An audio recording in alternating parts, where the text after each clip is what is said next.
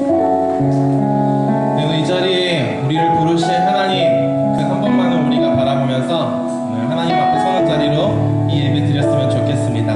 우리 함께 이 찬양으로 오늘 이 예배에 우리의 고백을 담겠습니다. 나의 영혼이 잠잠히 하나님만 바라며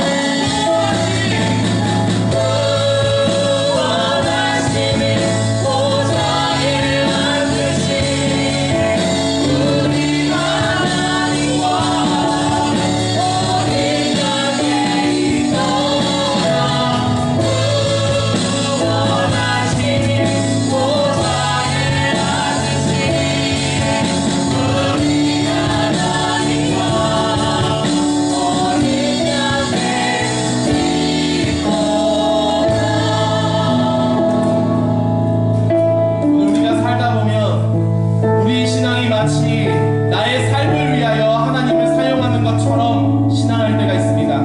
그러나 오늘 우리가 소망하고 바라는 것은, 그리고 주님 앞에 선언하고 결단하는 것은, 오늘 나의 삶을 주님을 위하여 사용하기를 원하는 신앙의 고백입니다. 오늘 우리에게 기도하실 때 이 기억하는 교회의 예배가 나의 삶을 위하여 하나님을 사용하는 예배가 되지 않게 하시고, 오직 하나님을 위하여 나의 삶을, 나의 입술을, 나의 마음을, 나에게 주신 그 능력들을 사용하는 예배가 되게 하여 주시옵소서.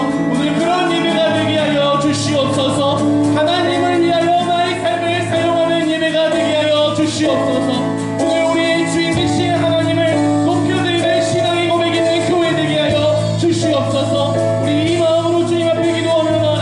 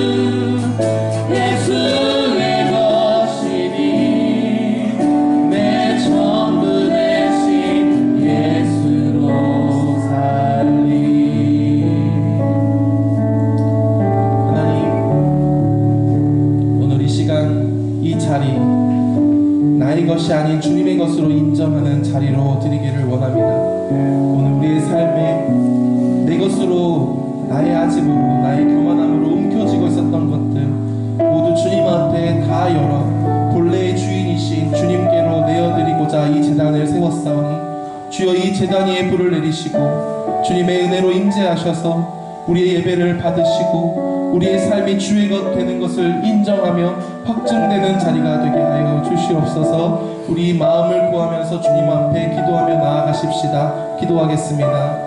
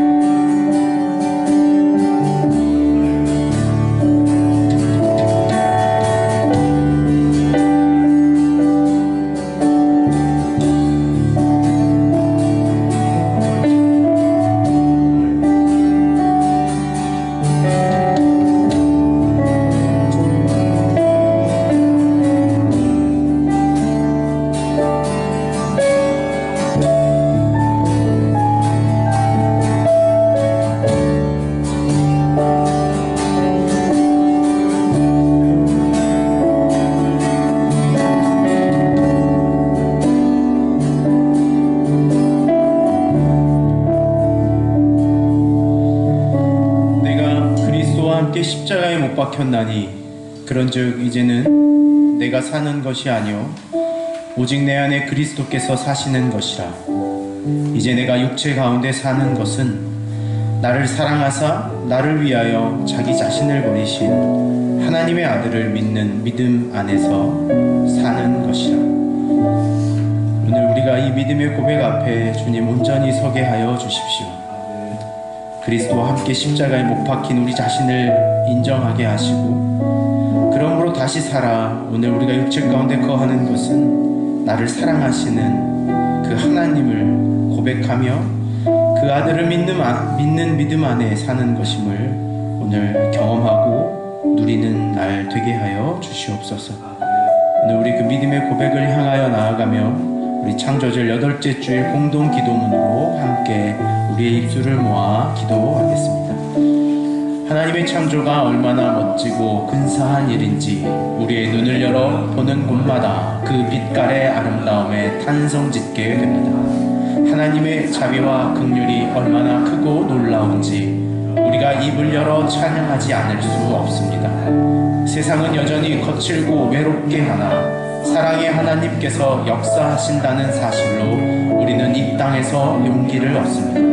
그러므로 우리가 주 예수 안에서 우리에게 부탁하시고 권면하심을 알아 하나님을 기쁘시게 할 수 있는지를 배운 대로 저희가 힘써 행하는 자가 되겠습니다. 하나님의 창조 안에서 저희의 비정함과 연민하지 않음을 회개하며 하나님의 질서 안에서 저희의 무질서와 탐욕을 회개하오니 저희 마음을 굳건하게 하시고 우리 주 예수께서 그의 모든 성도와 함께 강림하실 때에 하나님 우리 아버지 앞에서 거룩함에 흠이 없게 하시기를 원합니다.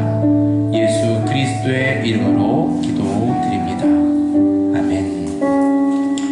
오늘 우리에게 주신 하나님의 말씀은 고린도후서 5장 1절에서 19절까지 말씀입니다. 고린도후서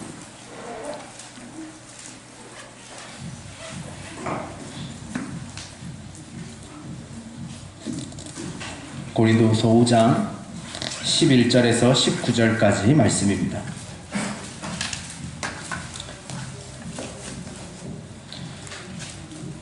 고린도후서 5장 11절에서 19절까지. 사도 바울은 고린도 교회에 예수 그리스도께서 하나님과 화목하심으로 우리에게도 동일한 그 화목의 일을 행하라 말씀하셨다고 강론합니다. 오늘 이 말씀 앞에 먼저는 우리가 그 깨어진 화목이 회복되는 역사가 있기를 원합니다. 우리 같이 말씀 읽겠습니다. 우리는 주의 두려우심을 알므로 사람들을 권면하거니와 우리가 하나님 앞에 알려졌으니 또 너희의 양심에도 알려지기를 바라노라. 우리가 다시 너희에게 자천하는 것이 아니요 오직 우리로 말미암아 자랑할 기회를 너희에게 주어 마음으로 하지 않고 외모로 자랑하는 자들에게 대답하게 하려 하는 것이라. 우리가 만일 미쳤어도 하나님을 위한 것이요 정신이 온전하여도 너희를 위한 것이니 그리스도의 사랑이 우리를 강권하신도다. 우리가 생각하건대 한 사람이 모든 사람을 대신하여 죽였은즉 모든 사람이 죽은 것이라. 그가 모든 사람을 대신하여 죽으심은 살아있는 자들로 하여금 다시는 그들 자신을 위하여 살지 않고 오직 그들을 대신하여 죽었다가 다시 살아나신 이를 위하여 살게 하려 함이라. 그러므로 우리가 이제부터는 어떤 사람도 육신을 따라 알지 아니하노라. 비록 우리가 그리스도도 육신을 따라 알았으나 이제부터는 그같이 알지 아니하노라. 그런즉 누구든지 그리스도 안에 있으면 새로운 피조물이라. 이전 것은 지나갔으니 보라 새 것이 되었도다. 모든 것이 하나님께로서 났으며 그가 그리스도로 말미암아 우리를 자기와 화목하게 하시고 또 우리에게 화목하게 하는 직분을 주셨으니 곧 하나님께서 그리스도 안에 계시사 세상을 자기와 화목하게 하시며 그들의 죄를 그들에게 돌리지 아니하시고 화목하게 하는 말씀을 우리에게 부탁하셨느니라. 아멘. 하나님의 말씀입니다. 에베소서 5장에 있는 말씀을 우리 더불어 보겠습니다. 에베소서 5장. 에베소서는 고린도후서 다음 갈라디아 다음에 있습니다. 에베소서 5장 15절에서 20절까지 말씀입니다.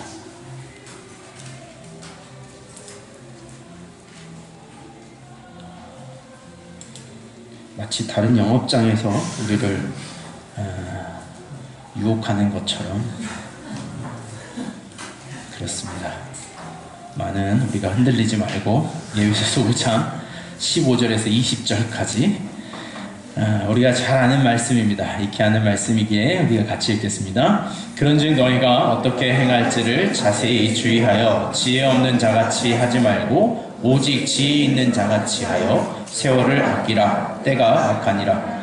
그러므로 어리석은 자가 되지 말고 오직 주의 뜻이 무엇인가 이해하라.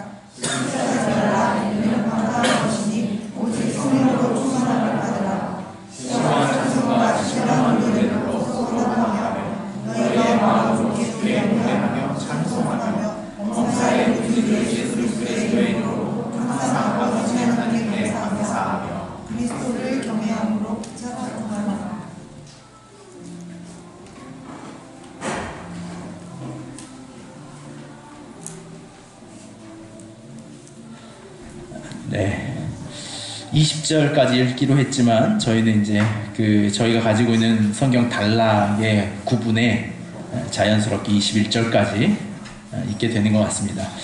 잠시 후에 우리가 그 이유도 한번 살펴보는 시간을 좀 갖도록 하겠습니다.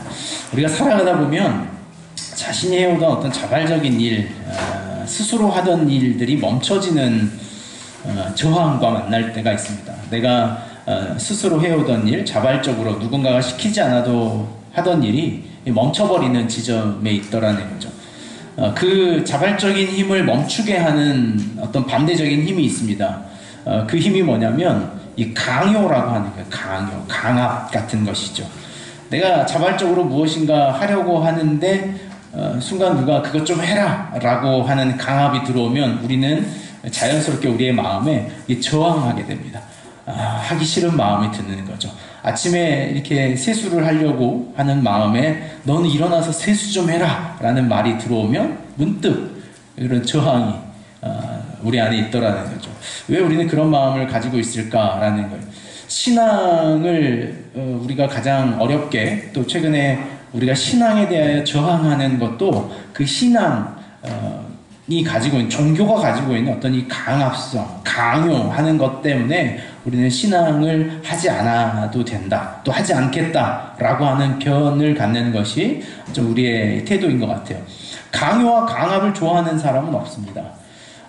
신앙도 마찬가지입니다. 그래서 기독교 신앙이 왜 이렇게 강요하는 것입니까? 왜 이렇게 강압적입니까? 라는 것에 일전에 제가 한 오래된 목사님의 설교를 듣던 중에 그분이 이런 이야기를 하시더라고요. 칼빈의 교리집이 있습니다. 칼빈의 교리집이 제목이 뭐로 번역됐냐면 기독교 강요라고 번역되어 있습니다. 보신 적이 있으십니까? 그래서 그 목사님이 이런 이야기를 하시더라고요. 기독교는 원래 강요다. 그러니 강요하는 것이 하나 잘못된 것이 없다. 이렇게 이제 인용하시는 걸 보면서 그런가. 그 강요와 그 강요는 분명 의미가 다른 것이지만 그렇게 사용하더라는 거예요. 또한 기독교 우리 신앙이나 삶에 있어서 이런 태도가 있습니다. 강요해야 한다라고 하는 강요의 또 다른 강요와 만날 때 있습니다. 무엇인가 자신이 가지고 있는 것을 타인에게 강요하지 못하는 것은 자신이 가지고 있는 것에 대한 확신이 없다라고 말하는 사람도 있어요.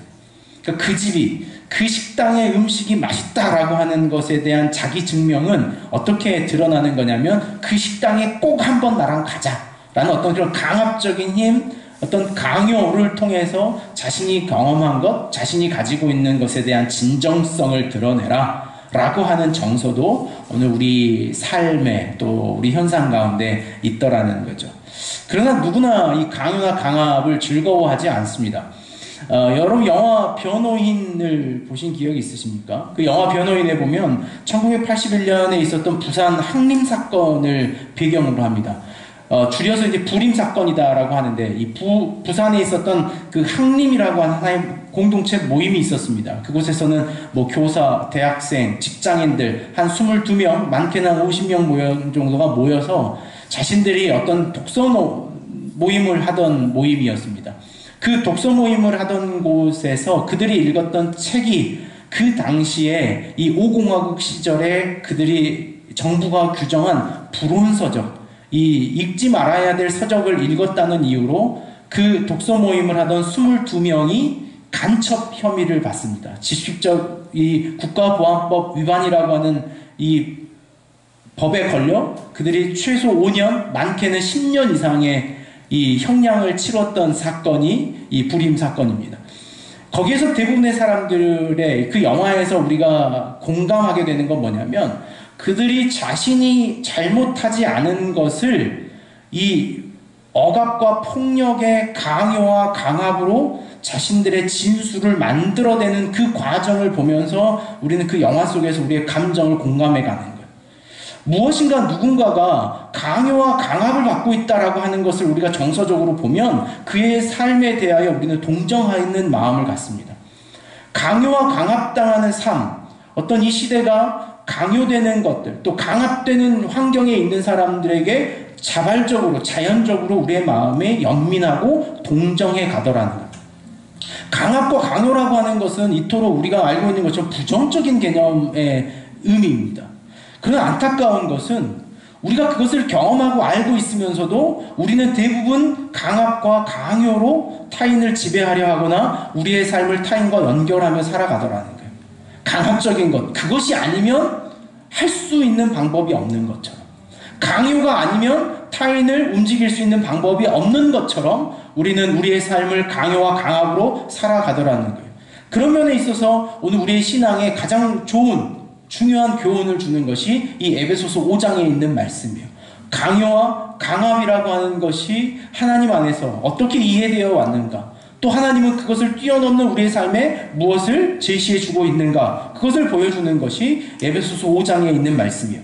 에베소서 5장을 우리는 쉽게 인용하며 한 두 가지 형태로 잘 사용해 왔습니다. 그건 뭐냐면 첫 번째, 세월을 아끼라라고 하는 본문 안에 있었습니다.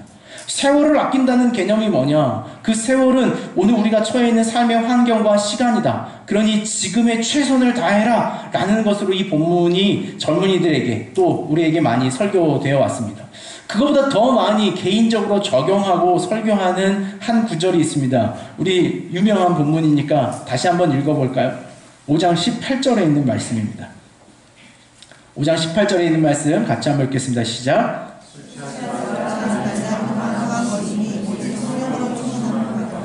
아멘. 여러분 아멘 하십니까? 술 취하지 말라. 기독교 신앙의 술에 대한 여러 가지 논란이 있지만 이 에베소서 5장만큼이나 술에 대해서 명확한 규정을 하고 있는 본문은 없습니다. 그래서 이 술 취함, 기독교인들의 금주, 술 취하지 않는 것, 술 마시지 않는 것에 대한 이야기를 하는 것이 이 에베소서 5장이 보편적으로 사용되는 본문의 구조입니다. 세월을 아끼다, 그럼 최선을 다해라 라는 것과 술 취하지 말라라고 하는 어떤 교훈적인 말씀을 위해서 과연 이 바울 사도가 에베소에 이 말씀을 했을까? 어쩌면 에베소서 5장은 오늘 그 말씀, 표면적으로 들어가는 말씀 때문에 근본적으로 이 말씀이 기록된 두 가지 단어들을 쉽게 놓쳐버리고 있더라는 거예요. 이 에베소서 5장을 우리가 살펴보면서 우리가 주의해야 할 두 가지 단어가 있습니다. 그건 뭐냐면 18절에 있는 말씀 중에 방탕함이라고 하는 것과 충만함이라고 하는 단어예요. 바울은 이 5장과 6장을 연결하는 구조 안에서 이 말씀을 술 취함 아니면 성령의 충만이라고 하는 술과 성령의 개념의 대조를 등장시키기 원했던 것이 아니라 다만 에베소 교인들에게 너희가 예수 믿으니 술 먹지 말라라고 하는 그런 교훈적인 말씀을 주기 위해서 했던 것이 아니라 방탕함이라고 하는 인생의 문제와 충만함이라고 하는 그 구원 이후의 삶에 대한 메시지를 주기 위해 이 말씀을 사용하고 있더라는 거예요. 방탕이다, 충만함이라고 하는 이 두 가지의 단어의 개념이더라는 거예요. 여러분 생각하기에 방탕함이라고 하는 개념은 어떤 개념입니까? 여러분 생각하기에 방탕하다라는 말을 들었을 때 생각나는 어떤 이미지나 개념, 그건 뭡니까? 그 방탕함이라고 하는 것은 대부분 우리 이렇게 생각합니다. 무엇인가에 대하여 성실하게 행동하지 않고 그 성실함이 없는 흐지부지 살아가는 사람들. 너 왜 이렇게 방탕하니? 라는 거예요. 좀 더 구체적으로 보면 어떤 시간이나 물질과 같은 자신이 소유하고 있는 것을 허비하고 허탈하게 살아가는 사람들의 삶에 대하여 우리 너 왜 이렇게 삶이 방탕하냐? 라는 표현을 쓸 때 이 방탕함이라고 하는 단어를 사용합니다. 바울은 술 취함이라고 하는 것이 그 무엇인가를 허비하는 것과 연결되어져 있는가라는 말을 하기에 앞서 이 헬라어, 에베소서가 기록된 헬라어 원문에는 방탕함이라고 하는 단어를 아소티아라고 하는 헬라어로 씁니다. 아소티아라고 하는 이 두 가지 의미가 있는 단어가 합성되어 있는 아라고 하는 부정어와 소티아라고 하는 구원이라고 하는 두 가지 단어가 연결되어져 있는 것이 오늘 우리 성경의 방탕함으로 번역되어져 있는 거예요. 아소티아, 아는 부정어예요. 반대예요. 할 수 없다라는 거예요. 무엇을 할 수 없는 상태를 말하냐면 소티아, 구원받을 수 없는 상태를 방탕함이라고 오늘 우리는 번역하고 있더라는 거예요. 우리가 생각했던 개념과 다소 차이가 있습니다. 구원받지 못하는 상태, 왜 그것을 우리 성경에는 방탕함이라고 하는 단어로 해석했고 바울은 왜 여기에서 방탕함이라고 하는 단어를 아소티아라고 하는 구원받을 수 없는 것이라고 설명했을까라는 거예요. 직역하자면 그런 겁니다. 이 한 인간이, 한 삶이 구원받을 수 없는 상태를 의미하는 거예요. 그 구원받을 수 없는 상태라고 하는 것은 그거예요. 자신이 스스로 조절할 수 없는 상태, 자신이 스스로 삼가할 수 없는 상태, 자신이 스스로 절제할 수 없는 상태, 그 어떤 중독되어 있는 개념의 의미가 아소티아라고 하는 개념에 더 부합되더라는 거예요. 방탕함이라고 하는 것은요, 자신이 그냥 시간을 허비하고 있는 개념이 아니라 무엇인가에 중독되어져서 스스로 빠져나올 수 없는 상태를 의미하는 것이 오늘 에베소서 5장 18절에 있는 방탕함이라고 하는 거예요. 단순하게 어떤 삶의 불손함, 삶의 성실하지 않음을 이야기하는 것이 아니라 구체적으로 말하자면 이런 거예요. 멈춰야 할 그 지점을 넘어가버린 상태를 말하는 거예요. 스스로 멈출 수 없는 상태예요. 마치 브레이크가 고장난 자동차와 같은 것, 그것이 방탕함이에요. 멈출 수 없는, 절제할 수 없는, 오늘 우리가 자주 사용하는 표현으로 말하자면 막장에 도달해버린 인생이라는 거예요. 그것이 방탕함이라고 하는 단어예요.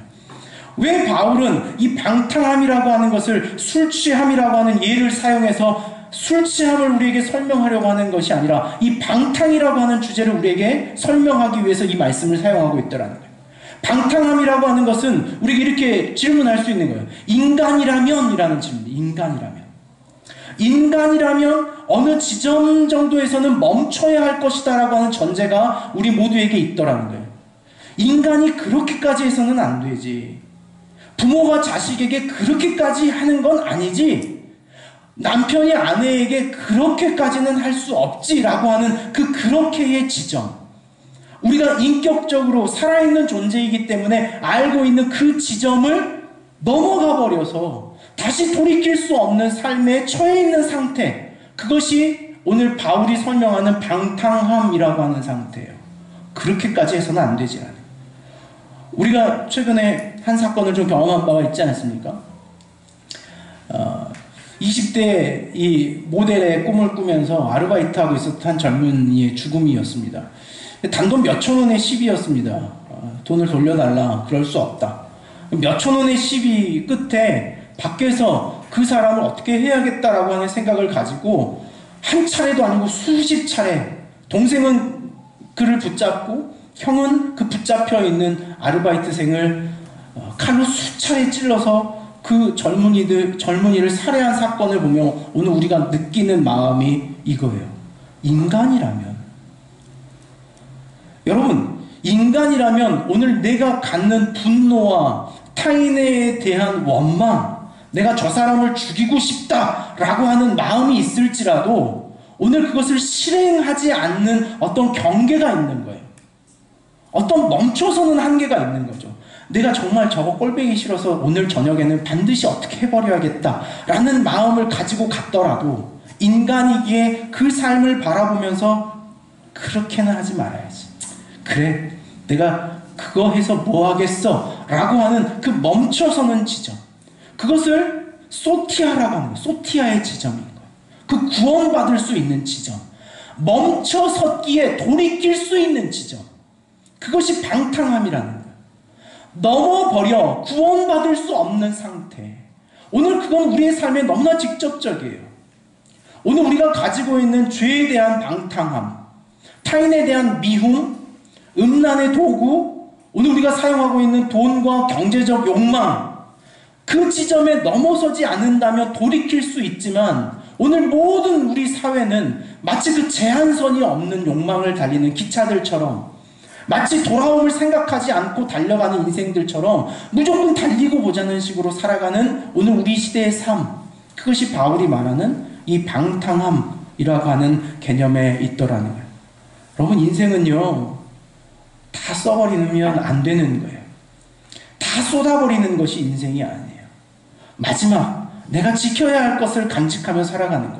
부부의 도리 가운데도 어느 지점에서는 지켜야 할 선을 갖는 것.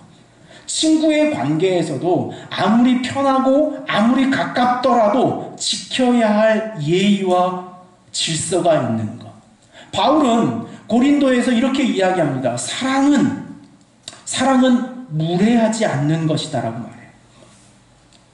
어떤 질서를 갖는데 무례하게 타인을 마음 상하게 하지 않는 것에서의 사랑이어야만 사랑이라고 하는 것을 지킬 수 있다라고 우리에게 말해주고 있더라는 거예요. 여러분, 아무리 힘들어도 우리의 인생에 그 막장이 서지 않아야 되는 거예요. 방탕함으로 마지막 지점에 타인과의 삶의 자리에 서지 말아야 하더라는 거예요. 오늘 우리의 말과 삶에는 이 방탕함의 언어들이 많습니다. 그건 뭐냐면 이 마지막 결론을 내리는 거예요. 그럼 그래, 끝내. 그럼 뭐 없어, 하지마. 뭐 여기서 엎어. 타인에게도 이런 표현을 하는 거예요. 묻지 말고 그냥 해. 뭘 따지고 그래. 그냥 내가 시키면 시킨 대로 해. 라고 하는 개념의 말들. 오늘 우리가 쉽게 표현하는 걸로 그것은 말 그대로 막말이에요. 막말이라고 하는 것은요, 마지막에 있는 말이에요. 다 비워져 버리고 다 쏟아버리고 그 마지막에 나오는 말이 막말이에요. 우리가 그 막말에 가지 않도록 타인의 삶에 대하여 적어도 그도 인격이니 내가 이 말까지는 하지 말아야지 라고 그 막말을 막아서는 것, 그것이 방탕하지 않는 구원받을 수 있는 단계의 삶이라고 예배소 5장 18절에 우리에게 말씀해주고 있더라는 거예요. 우리가 지난주에 살펴봤던 잠언 25장에는 그것을 좀 더 구체적으로 이렇게 말합니다. 잠언 25장 9절에서 10절까지 말씀을 여러분 한번 찾아볼까요? 잠언 25장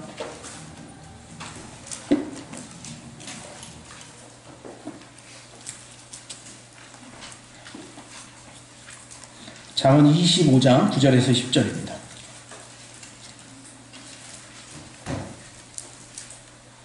구약성경 939면에 있습니다. 잠언 25장 9절에서 10절 말씀입니다. 솔로몬은 우리에게 이렇게 교훈합니다. 같이 읽겠습니다. 너는 이웃과 다투거든 변론만 하고 남의 은밀한 일은 누설하지 말라. 듣는 자가 너를 꾸짖을 터이요 또 내게 대한 악평이 내게서 떠나지 아니할까 두려우니라. 너는 이웃과 다투거든 변론만 하라라는 거예요. 나를 지적하는 것에 대한 문제만 이야기하자는 거예요. 그러나 오늘 우리의 다툼은 무엇이냐면 서로가 서로의 끝장을 찾아 들어가는 것이 우리의 다툼의 문제더라는 거예요. 한 사람이 나에게 잘못을 하면 그 잘못한 내용만 가지고 하는 것이 아니라 오늘 우리는 그 사람이 가지고 있는 또 다른 잘못의 끝을 제한하는 것으로 이 싸움에서 이길 것이다 라고 착각하더라는 거예요. 너는 지난번에도 그랬잖아. 너희 가족은 늘 그렇더라? 너는 꼭 그런 식으로 하더라? 라는 것으로 상대의 끝지점을 드러내게 해서 마치 그것이 두 사람의 관계의 마지막 지점인 것처럼 서로가 싸우며 갈등하는 것. 여러분, 그것을 늘 살아가는 삶의 구조는 방탕함인 거예요. 비어버린 거예요. 아무것도 없는 삶의 자리가 되더라는 거예요. 오늘 우리 인간의 관계와 삶의 자리에서 우리가 누려야 할 충만함과 풍성함을 빼앗아버리는, 다 비워버리고 공허한 삶을 살게 하는 이유가 여기 있더라는 거예요. 마지막 말. 그 넘어서지 말아야 할 지점을 서로가 뱉어버리고 살아내는 거예요.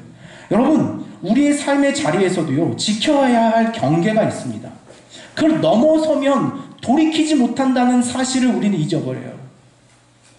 한 번이면 되겠지라고 하는 것이 여러분 돌이킬 수 있다고 착각하시는 것이지만 우리 그것이 구원에 대한 그것의 사탄의 유혹과 같은 거예요.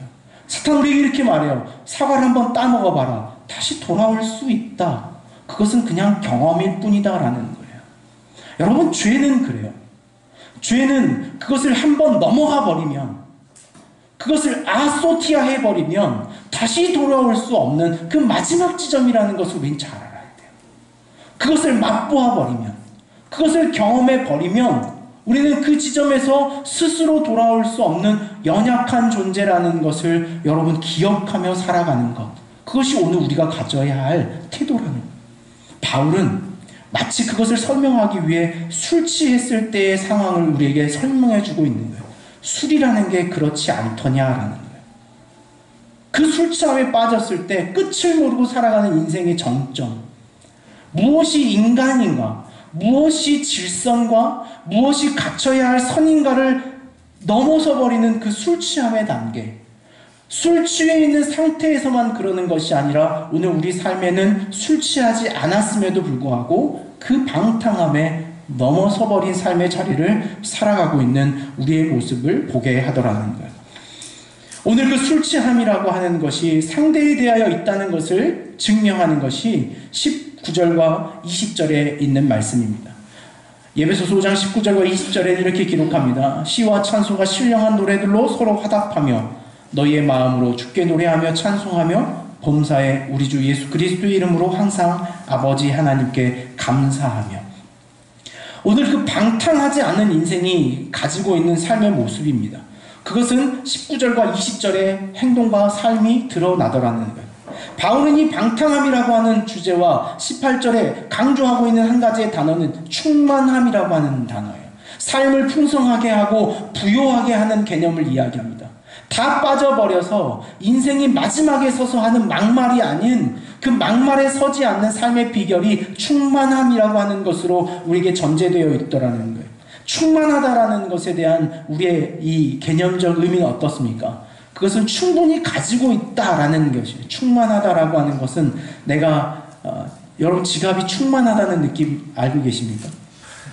경험해 보셨습니까? 월급날 지갑이 충만하다. 그리고 여러분 아침에 이 휴대전화를 밤새 꽂아놔서 아침에 딱 들고 나갈 때 마음이 충만한 거예요. 뭐예요? 핸드폰 배터리에 100 써져 있을 때.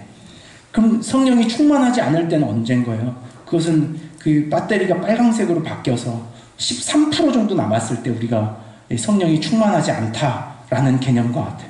그거 어때요? 불안하잖아요. 성령의 충만함이라고 하는 개념은 우리에게 쉽게 그렇게 이해됩니다.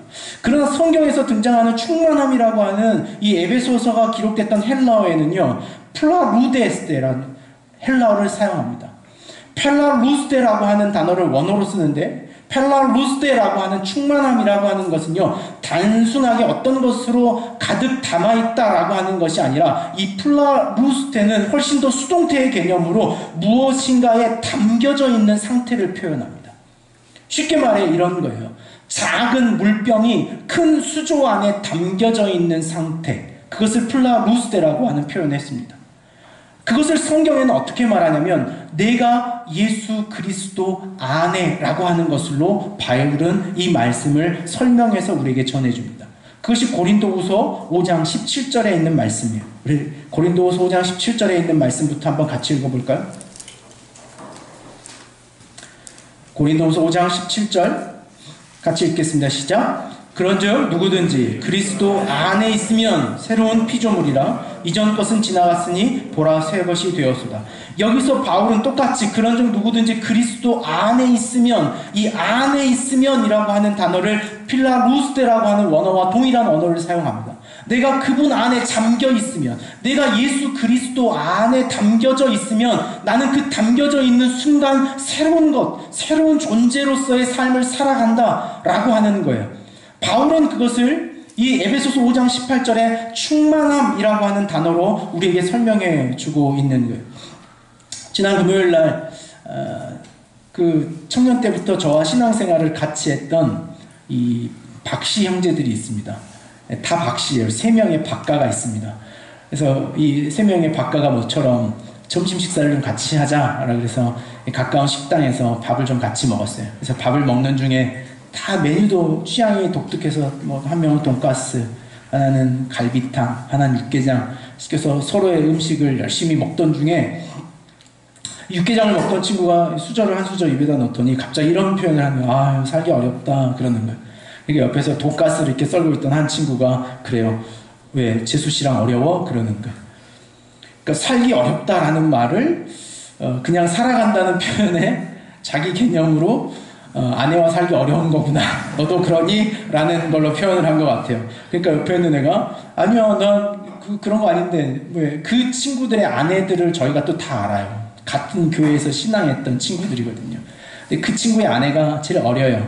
그래서 그 아내의 이름을 부르면서 왜 정수기가 힘들게? 그러니까 이 친구가 하는 말이 그래요. 아니야, 나는 주 예수 그리스도의 이름으로 우리 아내를 사랑해. 그러는 거예요. 우리가 밥 먹다가 한참 웃었어요. 야, 너로는 안 되고 예수님으로 사랑해야 되냐? 너는 안 되더냐? 그래서 우리가 밥 먹다가 한참 웃었어요. 어쩌면 우리의 인생에 이런 거죠. 나로 안 되는 지점이 있습니다. 내가 해보려고 했지만 내 인생으로 안 되는 지점이 있어요. 비워져 버려서 내가 가진 것으로 채울 수 없는 그 지점에 오늘 바울은 우리에게 권면하는 거예요.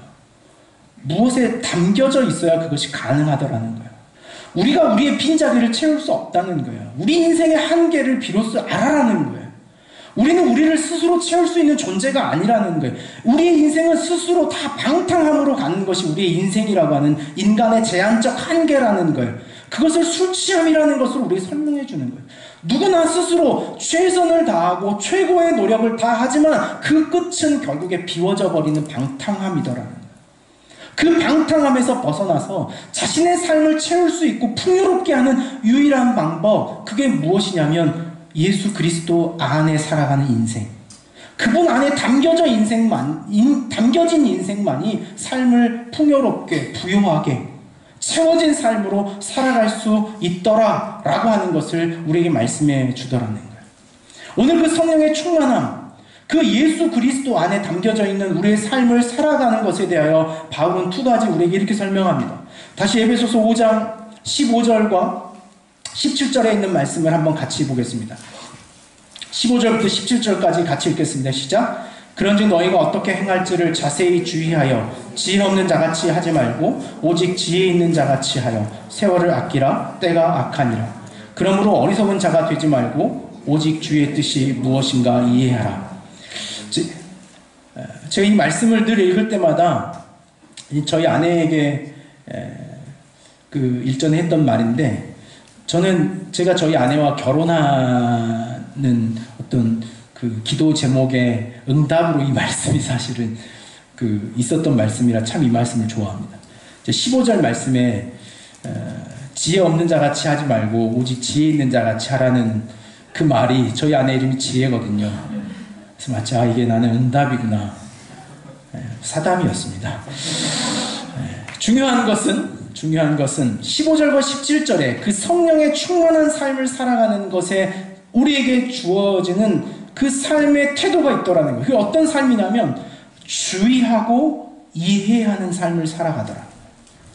우리가 성령의 충만함이라고 하는 것은요, 어떤 이성적인 것, 우리가 의식하는 것을 뛰어넘는 어떤 신비적인 사건으로 우리는 성령의 충만함을 이해해 왔습니다. 그러나 바울은 성령의 충만함이라고 하는 것, 그 하나님 안에, 예수 그리스도 안에 담겨져 있는 그의 삶의 자리를 지키기 위해 우리가 가져야 할 것은 삶을 자세히 주의하고 무엇인가를 이해하는 삶의 태도를 갖는 것, 그것이 성령의 충만한 삶을 살아가는 것이더라는 거예요. 저는 이 말씀을 우리 안에 이렇게 적용하려고 합니다. 먼저는 앞서 하나님의 뜻이 무엇인가 주의하며 하나님께서 이 시대에 나를 왜 세우셨는가를 이해하는 것이 오늘 성령의 충만함의 태도인 것 같아요. 다투고 분쟁하는 그 자리에 내가 왜 있는지를 이해하는 것, 그게 성령의 충만함이에요. 화내고 분노하는 사람 옆에 내가 왜 있는지를 주의하며 살피는 것, 그래서 똑같이 화내지 않고 그의 삶을 바꿔가는 것, 그것이 성령이 충만한 우리의 상태예요. 실제로 그래요. 성령의 충만한 사람은 반드시 그 안에서 그 평화의 일, 화평의 일을 하더라는 거예요. 주의하고 이해하는 것이 무엇이냐면 타인의 삶을 주의하고 이해하는 거예요. 그러므로 내가 살아가며 성령의 충만한 자리를 살기 위해서는 내가 그의 살 안에 충만해져야 되는 거예요. 서로가 서로의 삶에 담겨져야 하더라는 거예요. 이걸 이해하시겠습니까? 남편이 아내의 삶에 담겨져야 하고 아내가 남편의 삶에 담겨져야 해요. 건강한 관계는 그런 관계인 거예요. 완전히 담겨 있으면 담겨 있을수록 서로의 삶에 평화와 화평이 있는 거예요. 그럴 때 일어나는 사건이 사랑이라고 하는 사건과 고린도 후서 우리가 5장에서 읽었던 것처럼 그것이 화평과 화해, 연합의 사건이더라는 거예요. 우리가 주변의 삶의 탄식을 기울여야 하는 이유가 여기 있습니다. 저 사람이 왜 눈물 흘리는가를 주의 깊게 보는 것, 저 사람 왜 저런가라고 하는 것을 이해하려고 하는 것, 그것이 오늘 성령의 충만한 자신의 삶의 자리를 지켜가는 방법이다라는 거예요. 성령이 충만하지 않으면 타인에게 주의하지 않습니다. 이해하려고 하지 않아요. 왜 저래? 야, 찌질하게 그러고 있지 말고 일어나! 라고 하는 그 억압과 방탕. 여러분, 제가 한 강연을 듣다가 아주 슬픈 이야기를 하나 들었습니다. 어떤 고등학생이 17살 되는 아이가 집을 방황하다가 친구에게 전화를 했습니다. 근데 그 집 가정이 이런 문제였어요. 엄마 아빠가 늘 싸우는 가정이었습니다. 집에 들어가면 엄마가 또 싸우고 있는 거예요.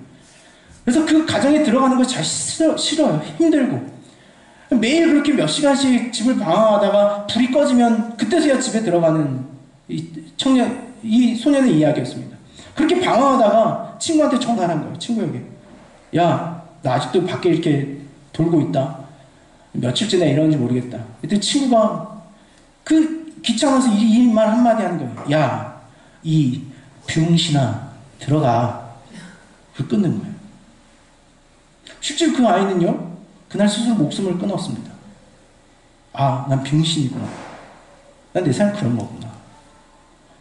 한 정신과 자신이 상담했던 학생의 이야기를 들으면서 제 가슴이 그러는 거예요. 아, 인생이라는 게 그러구나. 그 아이에게는요, 그 친구에게 했던 전화가 자신의 인생의 방탕함으로 가는 마지막 구원이요. 소티아의 지점이었던 거예요. 그 전화 한 통화가. 근데 그 친구가 그 친구에게 전했던 막말, 이 병신아, 뭐하고 있어? 들어가.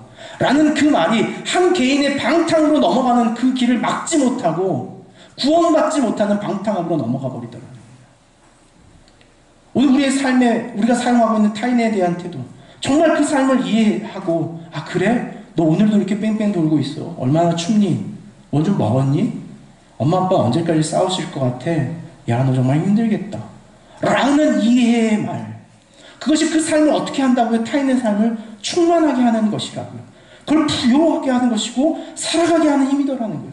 오늘 우리는요, 타인을 죽일 수도 있고 살릴 수도 있는 그 방탕함과 충만한 삶의 자리에 서 있더라는 거예요. 오늘 우리의 개인의 삶에, 제가 얼마 전에 TV 프로그램을, 이 안녕하세요라고 하는 프로그램을 종종 즐겨봅니다. 그러면서 한 가지 느끼, 야 세상 참 별의별 고민이 다 있다. 뭐 저런 아픔을 가지고 살아가나. 대부분 가정의 문제예요.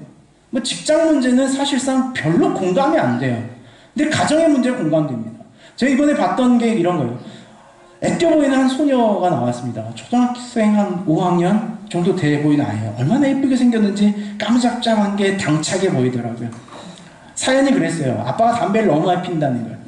아빠가 차에서도 피고 집에서도 피고 어디서나 피기 때문에 자기에게 담배 냄새가 완전 쩔어 있다는 거예요. 그래서 친구들이 자기가 옆에 오는 걸 싫어한대요. 담배 냄새 나니까 저리 꺼져. 야 쟤는 뭐 담배 냄새가 너무나. 제일 힘든 건 뭐냐면 아빠 차를 같이 탈 때라는 거예요. 친구랑 같이 탈 때. 친구들이 코를 이렇게 잡고 탔대. 야, 너네 아빠 차는 안 탈래. 이러고. 너무 힘들어서 나왔다는 거예요. 아빠 이제 담배 좀 끊게 해주세요라는 게 고민이었어요. 사실 그렇게 깊게 공감하기는 어려웠습니다. 근데 그 아이가 그 사연을 이야기하면서 결국에 가는 이야기는 그랬어요. 이야기를 들어보니 그랬습니다. 어려서 이 외국에서 그 이주한 여성과 아빠가 결혼해서 시골에서 아이를 낳았어요. 근데 엄마가, 자기가 어렸을 때 그 아빠가 너무 폭력적이어서 어린 나이에 엄마가 집을 나가고 엄마를 잃었습니다. 엄마를 잃고 할머니와 아빠와 자신, 이 세 명이 살아가는 이 가정에 그 아이가 눈물을 흘리며 모든 이 관객과 저의 가슴을 아프게 했던 말은 그런 거예요. 아빠, 저는 두려워요. 전 무엇이 두렵냐면 어렸을 때 엄마가 저를 버리고 떠난 것처럼 아빠가 이렇게 담배를 피우다가 언제 제 곁을 떠날까 두려워서 전 사는 게 너무 힘들어요. 그 말을 아이가 하면서 눈물을 흘리기 시작하는 거예요. 그 마음에 공감이 가기 시작, 제 마음에. 아빠 담배 피우지 마! 담배 피우지 마란 말이야! 그럼 나 친구 불편해! 라고 하는 것이 아니라 그 아이가 아빠에게 이렇게 부탁해. 아빠, 나는 아빠를 잃고 싶지 않아. 나 아빠가 먼저 떠나면 난 이제 어떻게 해야 될지 모르겠어. 그러니 아빠 미안. 아빠 나를 위해 희생해주고 사랑해주는 것도 좋은데 아빠 나를 위해 담배를 좀 끊어주겠어? 라고 그 부탁하는 말에 그 변함없을 것 같은 아빠가 대답하는 거야. 그래, 미안해 딸, 아빠가 줄여볼게. 끊는단 말은 안 하더라고. 참 인생이 독해. 나쁜 것이 인생이에요. 강요와 하지마, 아빠 담배 좀 피우지마 라고 하는 것이 아니라 그의 삶을 그 방탕함, 아소티아로 넘어가지 않고 그 구원의 길로 건져낼 수 있었던 그 아이의 말은 아빠 담배 피는 거 싫어, 난 담배 피는 아빠가 미워, 담배 끊어 라고 하는 강요와 강압이 아닌 아빠 나하고 같이 살아줘 라는 부탁이었더라. 바울은요, 오늘 우리 삶의 그 이야기를 전해주고 싶은 것이 에베소서 5장의 말씀이에요. 술 먹지 말라, 술 먹는 거 나쁘니까 기독교인들은 술 안 먹는 거다 라고 하는 이야기 정도로 이 말씀이 회자되는 것은 바울의 취지와 의도와 온전히 맞지 않더라는 거예요. 오늘 에베소서 우리가 20절까지 읽었던 이유가 여기에 있습니다. 우리가 읽었던 개역개정 성경은 이 단락을 21절까지를 15절과 붙여서 한 단락을 만들었습니다. 그러나 헬라어 원래 성경을 보면 이 단락은 20절에서 끝나고 21절부터 6장까지 다시 연결되는 단락으로 표현됩니다. 혹시 여러분 성경 중에 새번역 성경이나 공동번역 성경을 보면 단락 구분이 20절까지 되어 있어요.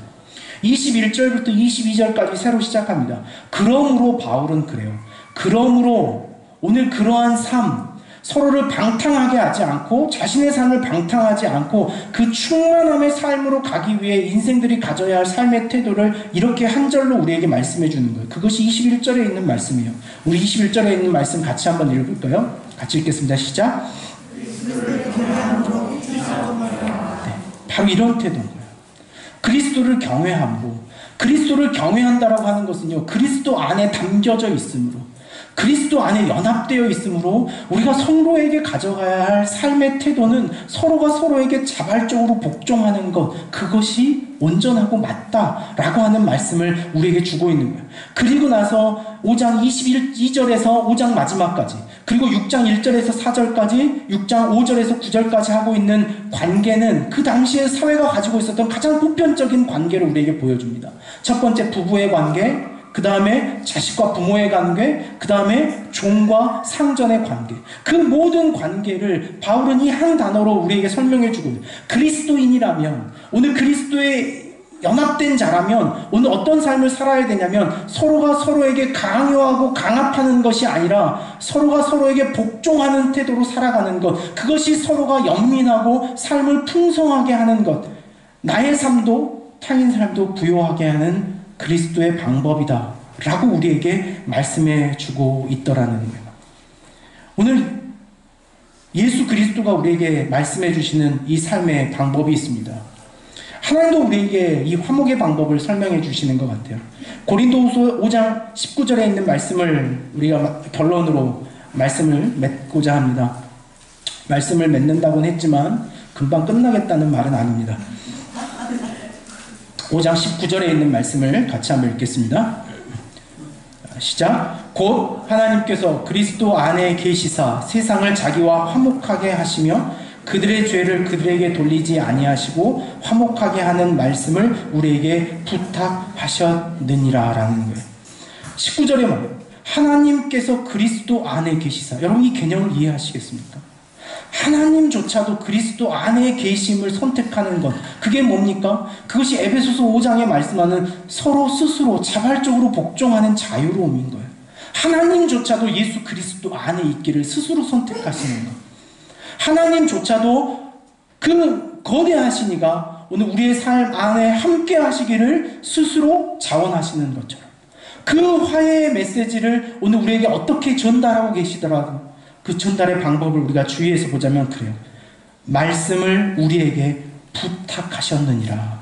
여러분, 저는 기독교의 매력이 여기 있는 것 같아요. 하나님의 인격성이 여기에 있는 거예요.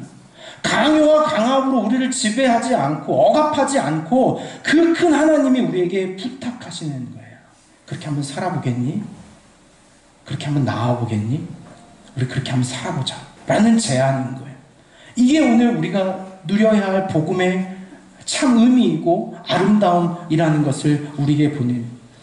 딸이 아빠에게 아빠 담배 끊어! 라고 하는 강요가 아니라 아빠 나와 함께 더 오래 살아있을 수 있어? 라고 부탁해 주는 것. 여러분 그것이 삶을 화합하고 타인의 삶을 부요하게 하는 방법이더라는 것. 강요와 강압은 누구나 다 싫어합니다.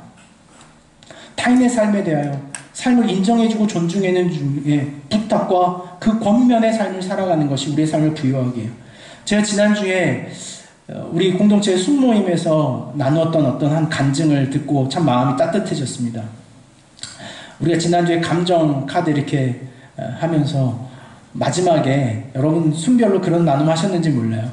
여러분 우리 중에 가장 힘들어하는 사람, 가장 권면과 위로가 필요한 사람 한 사람을 집어서 그에게 꼭 필요한 따뜻한 위로의 말을 건넵시다 라는 나눔을 원래는 루트에는 해야 되는데 각 순별로 어찌 됐는지는 잘 모르겠지만 그 공동체에서는 그 순을 나눴던 것 같아요. 그래서 힘들어하는 분에게 다른 지체가 이런 말을 했더라는 거예요. 당신이 생각하는 것보다 더 많은 사람들이 당신을 소중하게 여기고 당신을 가치 있게 여깁니다. 그러니 당신의 삶을 좀 더 힘내십시오 라고 하는 권면이 그 나눔 안에 있었다 그래요. 그러면서 그런 말을 하더라고요. 저에게 목사님 그 들었던 한마디가 일주일간 제 삶을 얼마나 풍성하게 했는지 몰라요 그러더라고요. 그 아소티아 인생을 넘어갈까 말까 하는 그 지점에서 우리의 삶을 풍요롭게 하는 그 주의 깊은 이해, 그것이 우리의 삶에 타인의 삶을 존중하고 지켜가더라는 거예요. 오늘 우리 개인이 비워져서는 타인의 삶을 채울 수 없습니다. 오늘 내가 빈 상태로 아무리 최선을 다하고 아무리 열심을 다해도 우리가 할 수 있는 것은 타인을 강요하고 강압하는 것밖에 없어요. 여러분, 언제 이렇게 날카로워지더런가요?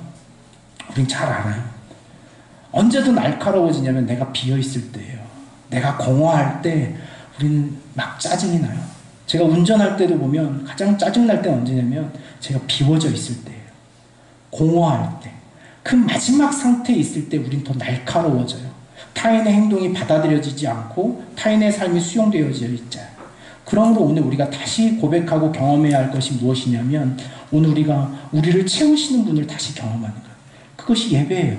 나를 채우시는 분 앞에 우리가 풍덩 잠겨보는 경험을 하는 거예요. 오늘 이 예배의 끝을 이렇게 결론하기를 원합니다. 여러분의 삶이 먼저 예수 그리스도 안에서 풍성이 잠겨있는 그 경험과 그 믿음의 고백으로 다시 한번 설 수 있기를 간절히 원합니다. 신앙을 살아간다는 것은 우리를 잡아서 우리를 풍덩 잠기게 하는 강요가 아니더라는 거예요. 우리를 안아주시고 그러기 위해 당신이 우리에게 앞서 먼저 십자가에 자신의 삶을 내려놓는 그 죽음으로 우리를 받아내신 거 아니겠어요? 우리가 아직 죄인일 때, 우리가 아무것도 모르고 그 구원의 열망이 없을 때 이미 당신은 우리를 향하여 우리를 받아내시기 위하여 자신의 삶을 찢기고 자신의 삶을 내려놓고 그 십자가 안에서 우리를 받아내고 계시는 예수 그리스도가 있다는 것을 아는 것, 그 삶이 우리를 부요하게 하고 충만하게 하더라는 거예요. 계절은 흐르고 꽃은 피고 지고 모든 것이 지나가는 것처럼 벗겨지는 것처럼 여겨질지라도 오늘 우리를 향하여 포기하지 않고 담아내시는 그분의 사랑, 그 예수 그리스도가 있다는 것을 알아야지만 오늘 우리의 삶이 이러한 삶의 자리로 갈 수 있더라는 거예요. 오늘 그 마음을 함께 나누며 마지막 말씀을 나누고자 합니다. 예수로 살리라고 하는 이 찬양의 고백이 제 마음에 이와 같은 감동이 있었습니다. 나의 삶은 내 주의 것이니 내 생명 다해 예수로 살림. 내 모든 것 내 주 예수의 것이니 내 전부 대신 예수로 살겠습니다. 오늘 이 고백 앞에 다시 우리가 충만해질 수 있기를 간절히 원합니다. 그렇습니다. 주님, 저를 좀 가득 채워주십시오. 제가 오늘 주님 안에 충분히 풍성하게 잠겨 제 삶의 이 풍성함의 삶의 시간을 살아가기를 원합니다. 비어 공허한 인생이 아닌 가득 담겨 타인을 이해하고 주의할 수 있는 삶의 자리로 나아가는 나, 그러기 위해 하나님 저를 좀 받아주시겠습니까? 죄인된 저를 좀 안아주시겠습니까? 저를 좀 푹 안아주십시오라고 하는 그 마음의 진정성을 가진 여러분의 삶의 고백이 오늘 이 찬양 가운데 같이 있기를 원합니다. 우리 그 고백으로 같이 나아가십시다.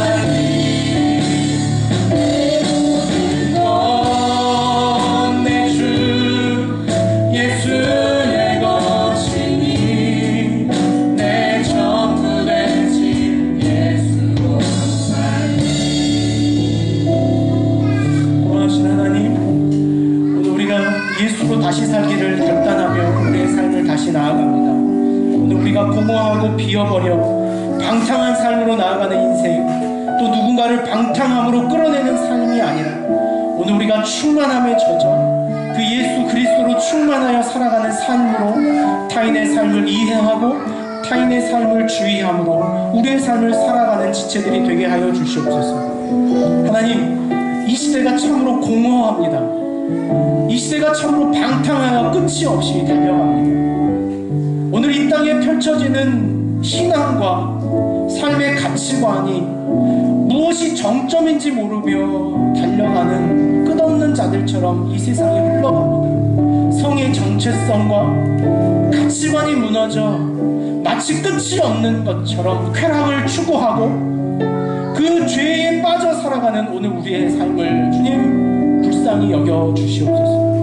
오늘 우리 사회가 겪고 있는 이 불안함, 오늘 우리가 당면하고 있는 이 공허함, 끝이 없는 불안함이 오늘 우리의 인생의 방탕함의 결과임을 다시 한번 알고 오늘 그 구원의 지점, 구원하시는 그 자리에 멈춰서는 우리의 신앙과 삶의 결단이 있게 하여 주시옵소서.